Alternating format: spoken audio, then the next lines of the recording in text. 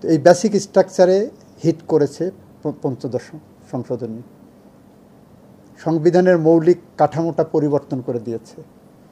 এই সংশোধনের মধ্য দিয়ে গণতন্ত্রহীনতার দিকে বাংলাদেশ এগিয়েছে।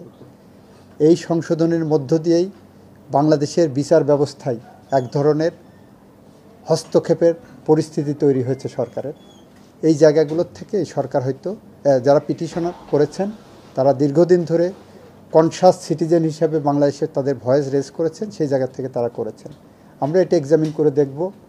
বদিউল আলম মজুমদার সাহেবের লোকাস স্ট্যান্ডে আমরা এক্সামিন করব, ওনার উদ্দেশ্য এক্সামিন করব, গ্রাউন্ড এক্সামিন করব, এটা বেসিক স্ট্রাকচারকে হিট করে কিনা সেটা দেখব। দেখে আমরা এটার ব্যাপারে সিদ্ধান্ত বলার আছে।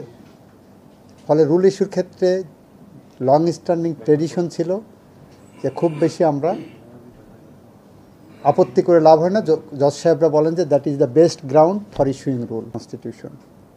কেন আল্ট্রাভাইরাস ডিক্লেয়ার করা হবে না এই মর্মে একটা রুল চেয়েছেন, সাথে এই সংশোধনের উপর একটা স্টে চেয়েছেন। আমি প্রেয়ারটা দেখলাম সোফার, কিন্তু এই স্টেজে এসে স্টের ব্যাপারে রাষ্ট্রের পক্ষ থেকে আমরা একটু আপত্তি করেছি। সোফার দি স্টে অর্ডার ইজ কনসার্ন, যে পঞ্চদশ সংশোধনীর উপরে এখনই একটা স্টে দরকার, আমি বলেছি সেখানে আমাদের আপত্তি আছে।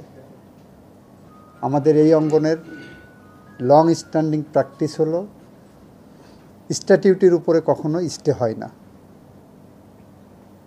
ওনারা আমাদেরকে শোনার পরে যদি মনে করেন this amendment is void ab initio, সেটা ডিক্লেয়ার করতে পারেন।